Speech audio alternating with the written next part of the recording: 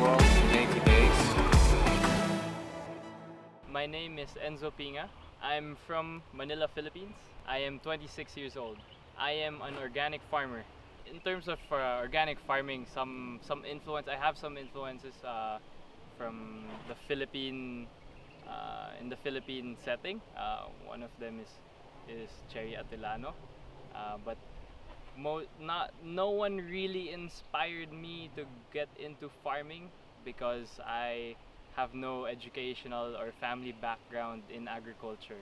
I'd like to be the same person, but with a with a much bigger business in terms of in organic farming, and able to get together different communities of farmers to start farming more sustainably and provide and helping them provide access to markets for their produce.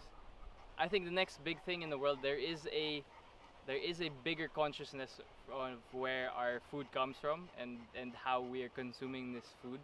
So and definitely with the growing population, the numbers say that by 2050 we'll need to produce double the amount of food that we're growing, but lot of well double the amount of produce that we're growing. A lot of this food does not go directly to humans, or but they go to animals. So I think next one of the next big things in the future is more sustainable farming practices, which include like different food cultures, or different eating habits of people, and also so in order to feed the world in a more sustainable way, a lot of these practices will come into play in the next 20 years. There's so many places to put that $1 million, but I would definitely, well, in the Philippines, so in the one of the there are many challenges for farmers and fishermen in the Philippines. A part of that will go towards research of better techniques, more climate smart solutions to farming and fishing, but also into capital available for farmers, whether that's in cash or equipment or inputs, that they have a lack of access to these resources that people regularly have. So I think those two things would really help um, encourage people to get into farming, and also increase our level of productivity. I think that working for something greater than ourselves and working for working towards something that increases or improves the lives of others. Um, Improving the state of the world, or changing the world is very lofty, and it's people talk about it all the time.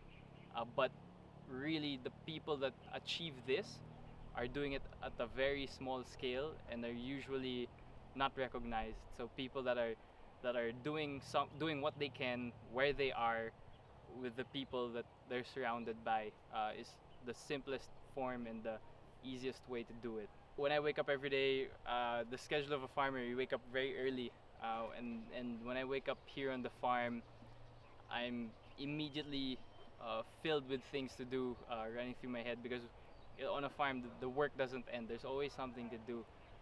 When I see the farmers that we're working with, that are working here, that they they help me get out of bed. It's a sense of purpose to get out of bed and to make sure that this thing survives and works, so that it can be replicated and expanded to other places. If I was thinking of myself as a young person, I never thought of myself getting into farming. I've always liked the outdoors. I've always been passionate about a few things, but farming is not my first love, since I have no background in it. But if I'm going to talk to young people today, uh, I would tell them to find something that they're genuinely really interested in, something that really tugs at their heart, that moves them in a way, and to not let that go, because I mean, once we start doing something else, and we lose sight of what of that of that feeling, then we veer away from the path that we were meant to be on.